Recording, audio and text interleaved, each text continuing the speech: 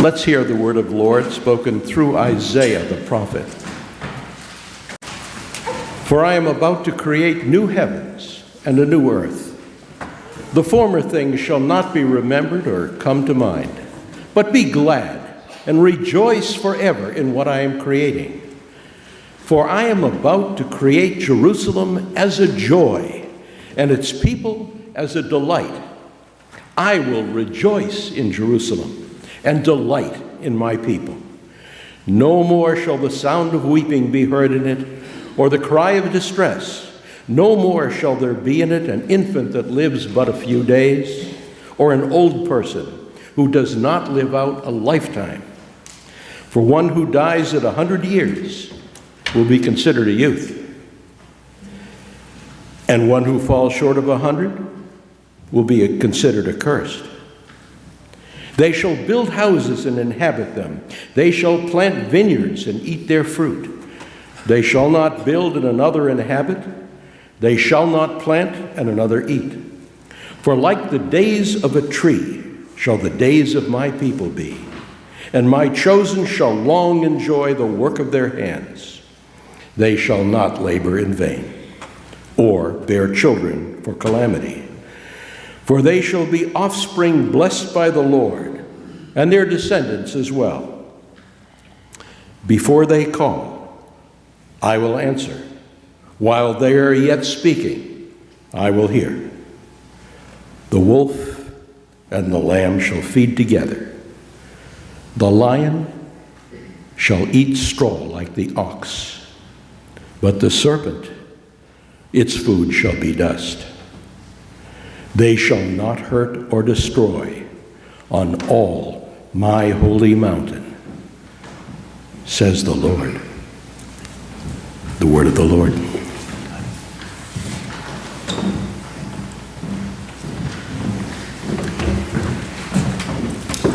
Our gospel lesson this day comes to us from the book of Luke. If you'd like to follow along in your pew Bibles, it's on page 83. It's a passage that we usually read at Holy Week, but a passage that has changed all of our lives and should be read throughout every day. Reading beginning at the 33rd verse of the 23rd chapter of Luke. When they came to the place that is called the Skull, they crucified Jesus there, between two criminals, one on his right and one on his left. And Jesus said, "Father, forgive them, for they do not know what they are doing."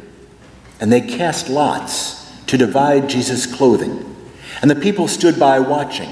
But the leaders scoffed at Jesus, saying, "Saved others, let him save himself if he is the Messiah of God, his chosen one."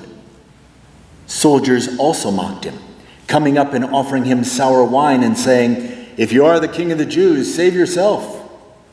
There was also an inscription over him, "This is the King of the Jews." One of the criminals who were hanged there kept deriding Jesus and saying, "Are you not the Messiah? Save yourself and save us." But the other rebuked him, saying, "Do you not fear God, since you are under the same sentence of condemnation? Are we indeed have been condemned justly? For we are getting what we deserve for our deeds. But this man has done nothing wrong." Then he said to Jesus, "Remember me when you come into your kingdom." Jesus replied, "Truly I tell you, today you will be with me in paradise." So end our lessons for this day. There are those who come to Skaneateles because of the natural beauty of the lake. There are those who come because it always is absolutely beautiful here, whether in the summer or in the fall with the leaves changing and the apples, or with the snow falling like a snow globe all around us, or the crab apples budding and blooming in the spring. There are some who come to Skaneateles to see the beautiful architecture of all the houses. There are some who come for the shops, and some who come for the restaurants, and some who come for the Dickens for the next several weeks.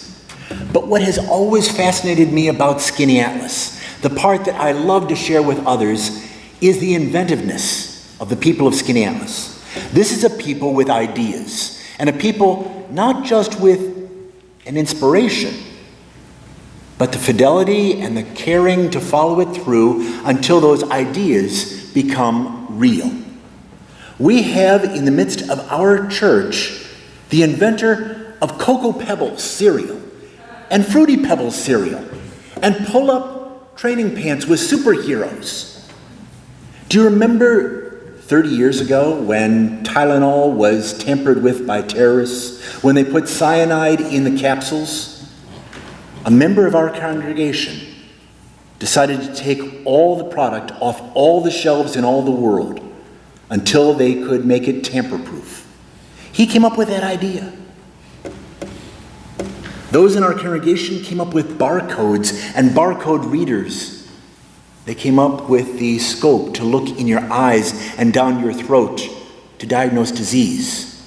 And as we've said the last several weeks, different people with gallbladder and other abdominal surgeries, instead of having an 8-inch incision that caused you to be in the hospital for 6 to 8 weeks, those in our midst created the technology to make tiny incisions to correct these problems. We're surrounded by idea people, creative individuals who not only come up with the ideas, but follow them through to their full incarnation. There are numerous events and ideas that have changed the scope of the world. The Hebrew people cried out to God, and God set them free. Jesus was born in Bethlehem of Judea and changed the world. Jesus died on the cross, and dead, he was buried. The pilgrims came to a new world, and they persevered, and they survived, and they celebrated that God had brought them through. The signing of the Magna Carta, the emancipation of slaves, the Declaration of Independence, landing on the moon, 9/11, our birthdays and weddings, and the deaths of those we love. All of these events have each changed our lives. But there's a marvelous little story that I love to remember at memorials, that life is all about the dash. That dash that's on headstones between the time in which you're born and the time in which you die. We don't celebrate people's deaths. After they're gone, we don't celebrate their birth. But we remember the dash, everything that came in between, all the events of a lifetime, their marriages, their children, their accomplishments, their losses, all those ideas that helped to change their life and helped us to see life differently. The events of life, the ideas, are what change our reality from the incarnation we know to what could yet be. If we've heard nothing over the last 22 months of the election, my hope and prayer would be that for the next 2 months, we would not hear the names of any of the candidates or anything about the election anymore. And then I would cry out, thank God. But the fact of the matter is, in these next several weeks, all the ideas, all the promises that were made during the election become real. Suddenly we go from promises and ideas and possibilities to what it will take to compromise, how we will have to work together to be a new nation. What's it going to cost? What's possible? When we celebrate weddings, couples make vows to each other. They share with one another their hopes and their dreams and their beliefs of what they want to be for each other. But it's more than just the vows. There is the living into that over a lifetime together.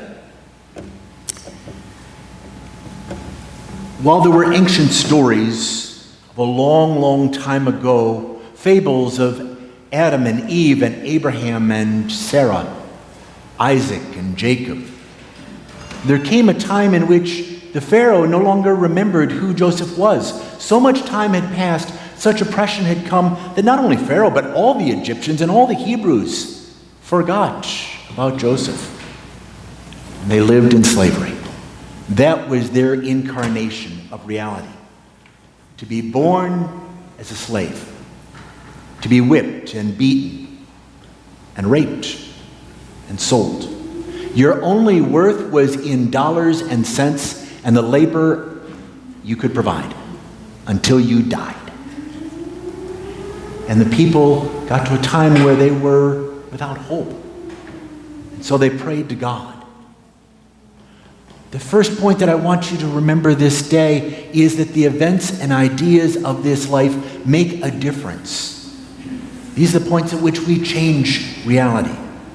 But second, and related to that, is there comes a time of hopelessness in which we can't go on the way in which we were. And we need those ideas, we need those events to change from what was into the possibility. But also, that we need to believe and live into that future. For the couple who share their vows that they wish to be husband and wife to each other for better and worse, in sickness and in health, for richer, for poorer, till death do us part. If they don't change from being single people into being married to each other, they haven't really been married. They've continued to live separate lives. If we have a child and we don't love that child and care for that child as a part of ourselves, it's simple biology. It's not about that relationship. Life is about more than simple biology. It is about the losses and the joys and the wonders, the sirens that we hear around us, the tragedies that happen, but also the joys and the wonder.